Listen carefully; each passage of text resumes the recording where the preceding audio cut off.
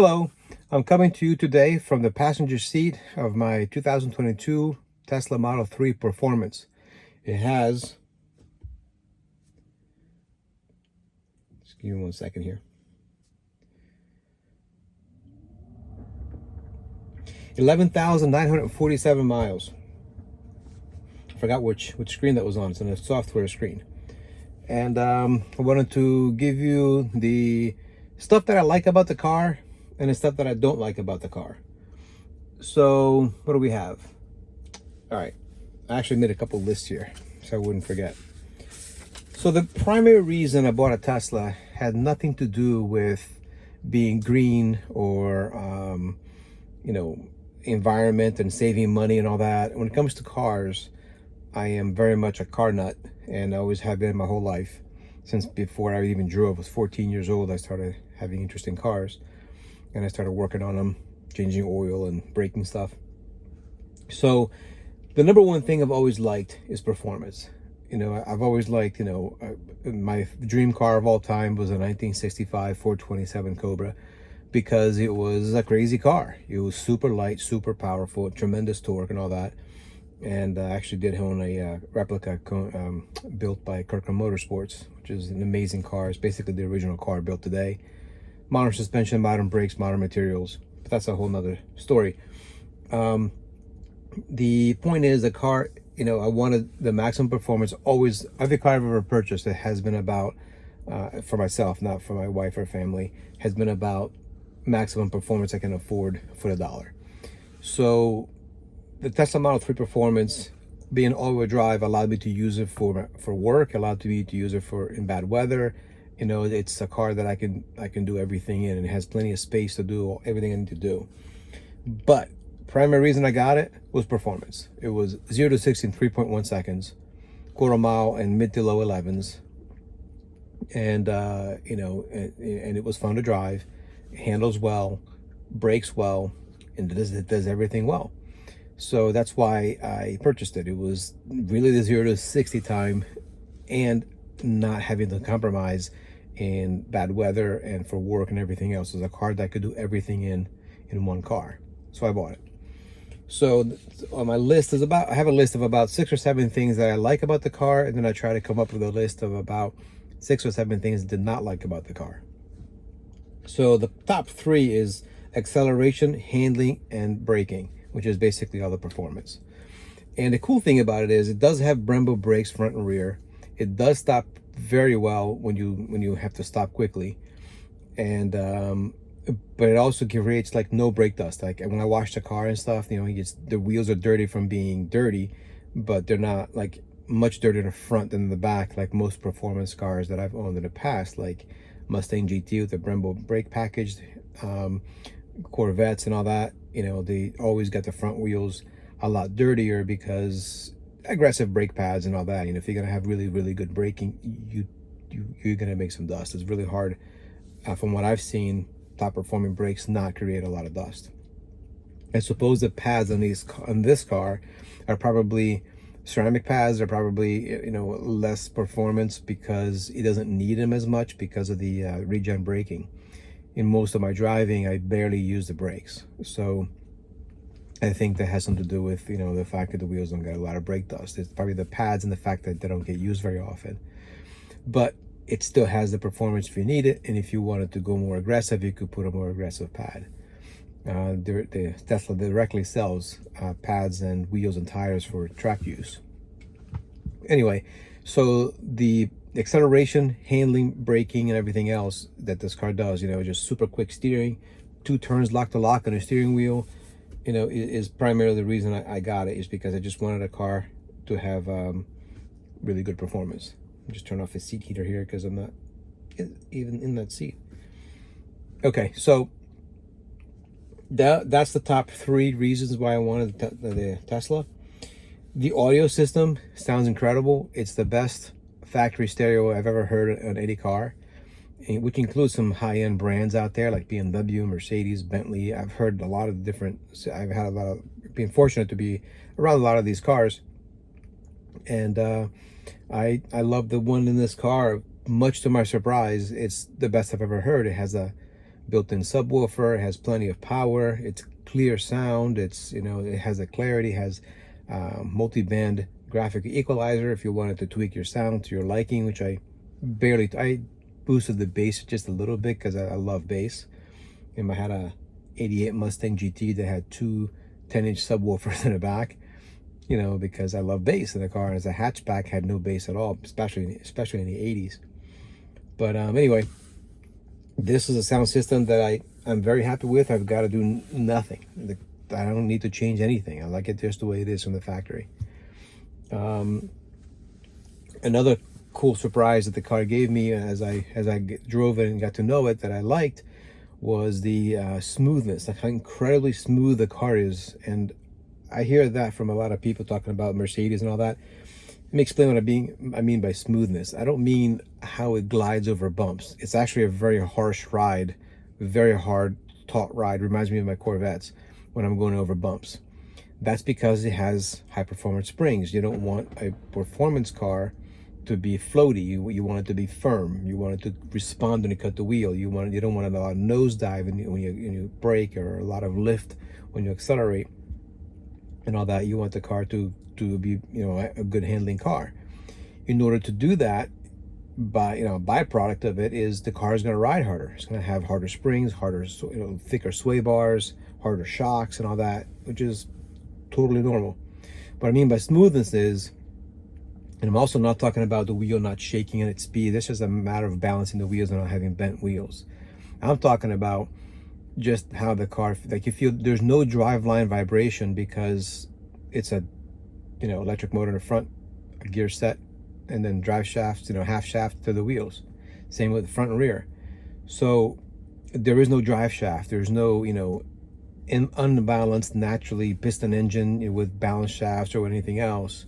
A V12 and a V8 are naturally balanced, but you know, you still have motion of piston going up, piston coming down. You know, it has to stop at the top, and stop at the bottom, turn direction, and that, all of that will cause some vibration, and it'll be canceled by other cylinders and all that, but still you don't have any of that. So the car just feels like it's gliding through, I don't know, somebody said what did he say? Something about some, you know, driving like, you know, through cream or something. It's like super smooth, and that's pretty cool. And driving for a while and all that, it does feel nice like that. It's hard to describe, but when you drive it, you'll see it, you'll feel it.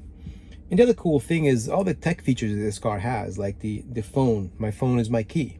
I also have a key card that you put on the B pillar under the camera there to unlock the car. And then you put it in the console here, on top of the console here, to tell that you have the car, and then you can put it away and you can drive away. But that's actually inconvenient when you have the phone via the Bluetooth. You pair it to the car, and then you just walk up to the car. It detects your Bluetooth in your phone as long as your phone's awake, and then you get in the car and you walk away. It locks for you, and all that can be, of course, you know, changed and set up however you want. And one of the things that was kind of a cool invention and then got really annoying, at least to me, real quickly, was the newer cars, like 90s up in the early 2000s. They started switching from a physical key that you put into the ignition and turn to the keyless cars that have a key for backup or whatever, but you don't have to put the key in, you keep it in your pocket. The biggest gripe I have with that is if my wife and I are going somewhere and one of us is driving, and then we drop the driver off and the passenger becomes the driver, 99% of the time we drive away without the key. Then the car complains the key is not around. You got to turn around and go back and get the key from your wife. Unless I carry my own, which you don't, because we keep the spare key in the safe because we can't both drive at the same time. So I don't like to carry a bunch of keys anyway. So with the phone key, we both have our phone set up to the car. I just walk away with my phone. She's got hers. Car keeps going, doesn't complain. It's super convenient. And then with the app, you can reach the car's HVAC system. You can, you know, look at the cameras. You can do so much with the app. You can, you know, preheat it, put it on a schedule. So I have it on a schedule that every morning while it's parked at home at 7:30 a.m. every week morning, it'll warm up for me. So by the time I come outside, take the kids to school, it's warmed up. You know, and the battery's warmed up and the car's warmed up. You wouldn't get that cold in a garage anyway. but it's still better than having it 40 degrees, you know. If you park it outside, you know, and it's 20, 15 degrees, whatever, it'll still be warmed up for you, which becomes even more convenient. And if you have it plugged in overnight, which most people are going to if you own one, you're not even using the battery to do that. So it's very cool. Of course, you know, other cars have that kind of thing. I don't know if other cars have the scheduling thing, but I know the cars have remote start and all that, but you got to make sure it's outside so you don't, you know, start it in a closed garage. That wouldn't be good. The other thing that's pretty cool is kind of like the iPhone. It has software updates that, you know, right now it's parked in my garage. It's connected to my Wi-Fi. And when Tesla pushes out an update, it gets the updates. So most of the recalls the cars have had, the Teslas have been fixed by software update. Sometimes it causes a glitch. Like right now, the last update I got, it set off the airbag light. So the passenger airbag light comes on. I put it when I go to start moving the car, start driving the car. It gives me a warning of the front restraint system. And I'm not worried about it because it happened immediately after a software update. Then I got a bug fix for that software update, but it didn't address it. I made a video saying it addressed it, but I put on the notes or comments that it actually did not address it. So I can report to Tesla by just pressing the button on the steering wheel here, bug report. So I push the button and it'll, you know, just say bug report, and I say what the bug is, and it gets sent to Tesla. So every time I drive it now, I'm still sending him bug report. They will receive all your car's information, the software version, and all that, and what the bug is. So if more people are having these issues, and hopefully they're reporting it, they'll come out, they'll fix it. I'm sure people are going to be complaining it, going to the service center or whatever. I'm sure it's not only my car. One thing I did learn about the software is you can have the same car, same year, same everything, and the software version of your car could be the same version, but there's still could be minor differences between cars. There's a huge version number for the software, and it could be slightly different from car to car, and it can behave differently on car to car. I've learned that from experience and talking to the service center. So it's you know, again, I'm not worried about it because I think within the next couple of weeks it'll be fixed. If not, then I'll make a service appointment. But I'm pretty confident that it's going to be fixed with a software update because it started after a software update. And then the list of things that I don't so much like about the car, nothing here is major, but it's things that are kind of like, you know, slightly annoying that if they changed it would be kind of cool. The wheels, they look really cool. The 20-inch wheels, the Uber turbine wheels, and they're wider than the tire. So when you have the tire sidewalls like this, instead of you know, most tires would be a little wider than the wheels, so it'd be like kind of like they look kind of like that, you know, the tire, you know, here's a flat surface that goes to the road, and the sidewalls are here. It'd be kind of like this. The Tesla is kind of like this because the wheels are actually wider than the actual width of the tire.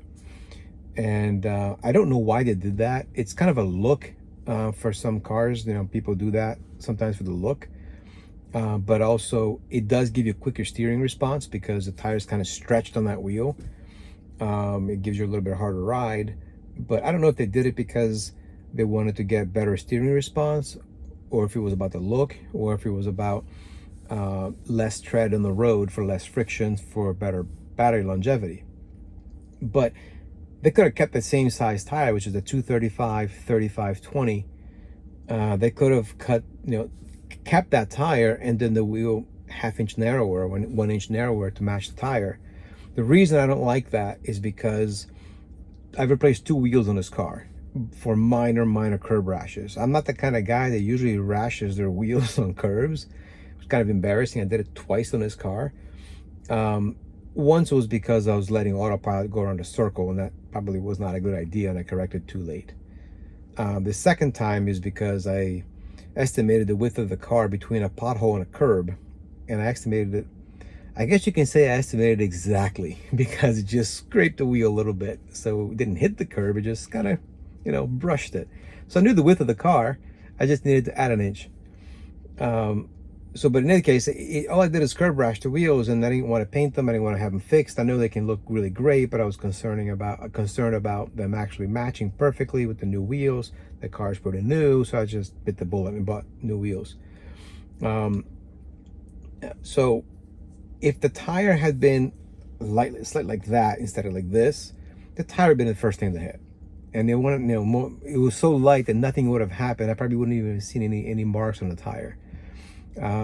So that's kind of annoying. The first thing that sticks out is actually the wheel, not the tire. The other thing is, I have no real control of the headlights in this car from drive to drive. Like, the headlights are automatic, as are the wipers. So I can set it to, when I get in the car, I can go to the controls and set the wipers to off, and that's how I leave them. And it stays on off until I go to autopilot. Then it goes to auto. I turn off autopilot, it goes back to off. The headlights, however, reset to auto every time you get out of the car and get back in. I hate that, because in the morning I'll get in the car's in the garage, the headlights will come on. I back out of the garage, it sees that it's sunny, the headlights shut off. And then I drive on a sunny day, I go under a tree, the headlights will come on. And then they talk about a sunny day in the shade. And then I come back to the sun, the headlights shut off. It's not a big deal, but it annoys me because I don't like headlights on during the day unless I have a reason for it. And it already has daytime running lights anyway, so why bother? I'm not concerned about bulb longevity, because it's not even bulbs, it's LEDs. I'm not concerned about that. I just find it annoying. It's just a pet peeve of mine. If you share that kind of OCD, then let me know in the comments, because I know I'm unique that way. So most of the time, I just get in the car, and as soon as it does that, I shut off the headlights. I just put it to off, but then I lose the daytime running lights, which is a new software update, because it didn't used to do that, but now it does. So I wish they would change that to follow what the wipers do. I put it to off, stay on off, and then when give me a separate button. It's not really buttons on the screen. Give me a separate button to turn on the daytime running lights if I want to, but not have the headlights be automatic anymore. I wish they would give me that control back. And I know it's so easy for them to do that. I'm sure there's a reason why they don't want to. Interior noises. You got some, like in the dash, it's got some noises here and there, like on the left side over there by the left side of the steering wheel, where the vent is up here. When it's like going from extreme cold heating up, it'll start creaking until I push on it, then it stops. Just annoying. There's some noises back here, right up there in that corner there. When the bass is really kicking, that window seems to rattle against the seal. The seal is kind of a hard rubber, whatever this stuff is. And it just kind of stuck right in my ear, so it's kind of annoying with certain frequencies that it makes that noise. So, and then like in the back seat, there's like some leather sounds and stuff. Sometimes the driver's seat will groan or something under hard acceleration, just one time. Not if I do this, it doesn't keep doing it. So it just little fit and finish stuff like that is kind of annoying for what this car's cost, $50,000-$60,000. Now it's in the mid-50s after they dropped the price. But one way to look at it is, I didn't really buy a $50,000, $60,000 car. I bought an electric car. Electric cars cost more because of the being electric and batteries and everything. So really, I bought a less expensive car that costs more because it's electric. I saw a video recently that I forgot who the guy who said that. I need to find that video. If I find it, I'll put it on the comments, on the description below. But so the money that goes into this car, it goes into the electronics, the drive line, and everything else. So I guess they saved some money in the interior, and to me it looks fine. I don't like this fake wood look. I prefer carbon fiber. Of course, that would cost more, but I love the fake leather. The what do they call that? Vegan leather, which is fake leather, but it feels really nice. I actually prefer it over leather. We'll see how it wears in the long term. But that doesn't bother me, and I think it looks fine. It's just the way they fit together again, looks okay. I mean, it not be perfect, but it looks okay. It's just there's a the noises is what kind of bothers me. But I've always been, OCD about rattles anyway, and they're not actually rattles. It's difficult to explain. Also, they're very difficult to catch on video. The plastics, like the door sills, there's a liner on the trunk lid on the inside. That's plastic, and it's super easy to scratch. So on the door sills, this is not my first Tesla, so I noticed how quickly it scratched on the first one within 300 miles, just from your foot kind of bumping it. I put on this car, I have PPF on the sill. That's a paint protection film. It's basically a clear film that sticks onto it, and so I have that on the sills because they scratch so easily. And I also put it on the trunk when you first open the trunk, right by the latch, and you have the little plastic trim there. I put it on there too because if you're gonna slide anything in and out of your trunk, it's immediately gonna scratch that. And then on the trunk lid itself, there's a big plastic panel that I completely gouged with my tools in the back. My tool bag, fell over on acceleration for some reason, and it really put a deep gouge on it. So the car had 100 miles on it. So I bought another one. To my surprise, some Tesla parts are super cheap. It was $35. It came with the wiring harness for the close button and the little speaker that's back there, and came with all the clips. It was literally take it out of the back, out of the box and put it right in and plug it in, and it's like everything in one. It's a nice surprise. But I've already scratched it again. 10,000 miles later, I scratched it again. Why that's plastic, I don't even know. Like most cars, that's carpeted, and it's better for sound too. And the Model Y is plastic with a carpet insert. Just make the whole thing carpet. Save some money. It looks fine. It's in a trunk, and it makes the car a little quieter. So again, not a big deal. I would never not buy the car because of it, but it's one of those little things. And then it has track mode for drift and for road racing. Why not drag racing? I think most people with these cars are much more likely to drag race it than they are to road race it or drift it. I've never tried the drifting with it, but maybe I will. I have to find some space. But drag racing is all it needs to do. I don't know, this car does not have an adjustable suspension, so it wouldn't do anything with that like the Model S Plaid would. But it could have a drag race mode where it would preheat the battery and whatever else it can do for traction or whatever. Not that it has a traction problem, but I'm sure they know more than I do, to make it optimum passes in a quarter mile. Maybe get a little boost of power off the line, or boost of power at the end of the quarter mile. I don't know. Whatever it is, it would be really nice if they add that third track mode. Because right now what I do is I put it on my navigation that I'm going to go to a supercharger. When you do that, it starts to preheat the battery. And then when I go to the line, I shut that off, and then I race it, and it has a hotter battery. And it's hard to do that every time, but this car runs consistent 11.3s, 11.4s on a quarter mile at Cecil County Dragway. And most of the YouTube videos I see with drag racing in these cars, I see 11.5 to 11.7. Maybe that's why, I don't know. Maybe they have it on track mode, and in regular track mode cools the battery, and the battery is better warm for drag racing. And I've done 13 runs back to back, and I've never heated the battery. The rear motor showed a little bit of yellow, and it never really got too overheated. So heat is not really an issue with drag racing. This is all in the summer.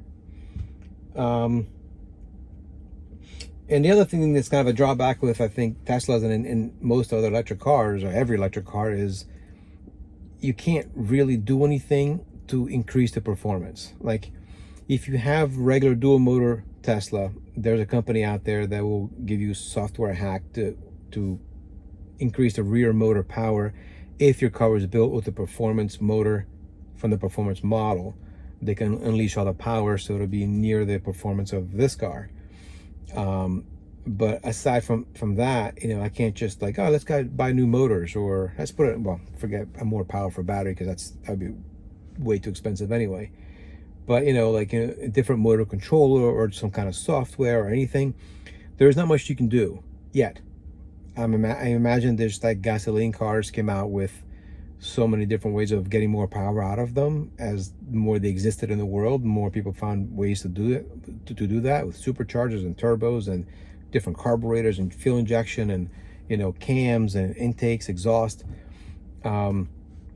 Maybe in the future there will be also software stuff you can do to electric cars to get more power. I do know that I have read and seen videos where people can change the 20-inch wheels to 18-inch wheels, and it will gain a couple tenths in a quarter mile. So I might do that and put, you know, super sticky rubber on it. I don't know if the sticky rubber will actually make it better or take away, because this car just hooks up anyway. But I'm wondering if that would, you know, get me down to the high tens. It'd be pretty cool. But beyond that, there's really not much much more I can do. And then the little thing is, I noticed that when I first got this car, I was behind a Model Y, and I noticed that the parking lights, which is like the outline of the taillights, is also the brake light. And then the center of that, where I have my brake lights, it's an amber turn signal for the Model Y. I've always liked cars with amber turn signals in the back. I like the Ram pickup trucks have one, you know, when you hit the brakes, they're red, but then they change the same exact LED, changes to amber when they make it a turn signal. My 86 Mustang GT that I have a picture back there on the wall, it had amber turn signals. I just think it looks cool. I think it's a requirement in Europe, but it would be nice to have an amber turn signal. This one, you have the turn signal, which is in the center of the tail light, and then it blinks. You know, I mean, the turn signal is a brake light, just red, and it just blinks red when you're going to make a turn. So it would be, I think it would be cool if they had implemented the Model Y tail lights on the Model 3. They almost look exactly the same anyway. But, you know, again, big deal, who cares? So my point is, you heard my list of my cons of this car. It's absolutely nothing that's anything significant, and nothing would ever prevent me from buying this car. It's actually, you know, of Mustangs, Corvettes, 427 Cobra replica that I had, and all the cars that I've owned, it's in my top 2 cars, a favorite that I've ever owned. It does everything. It's got the performance, great sound system. You go racing and then you go cruising, whatever, you know, it's the same thing. I mean, obviously I miss the cool V8 sound. I miss the manual transmission, shifting gears and blip throttle, you know, on the downshifts. That stuff is cool. But to me, it's only cool if it's fast. You know, it's just how I'm built. So this is the fastest car I've ever owned, other than the 427 Cobra. But it's not far behind that either. And you know, so, you know, the Plaid is faster than that Cobra. So yeah, in a perfect world, I'd have both. I'd have my Tesla for 99.9% of my driving, and I'd have the Cobra for, you know, taking out 3 or 4 times a year when I wanted to get rowdy. But it has to be faster than a Tesla, because I don't want to make all that noise and not be faster. Yeah, so I'd say it's my number 2 of the favorite car that I've ever owned, and that's including we can go through them. You know, I had a 1980 Thunderbird that doesn't even make the list. Then I had an 86 Mustang GT and 88 Mustang GTs, a couple of 90s Corvettes, 93 and 99, 2004 Z06, 2008 convertible Corvette, the Cobra, and a few other daily cars. But, you know, of all the list there, this is my favorite, which is such a surprise to me, because, you know, as you heard me just say, most of my cars were Mustangs and Corvettes, muscle cars, performance cars, you know, and so I'm very much surprised that this ended up being one of my favorite cars. But that's the way it is. That's my opinion. That's you know, my rundown of what I think is good and bad about the car. You notice I didn't talk about charging. I didn't talk about cost savings. I didn't talk about, you know, I mentioned that green wasn't the reasons why I bought it, and those things they're okay. You know, that's great. It's a plus. You know, it saves money on that, but it doesn't save money overall, because car costs a lot more. But, you know, it is cool not to have oil changes, no maintenance, and, you know, that's nice, because it's just, you know, whatever. But yeah, that's my overall opinion of the car. Honest, you know, pluses and minuses, what I think about it. And if you have any questions, let me know. If you want to have you know, we want to see a video, anything specific on the car, let me know. I'd be happy to do that. I'm not a professional YouTuber. I just do this on the side for fun to keep me entertained because I'm bored a lot apparently. So anyway, that's it. See ya.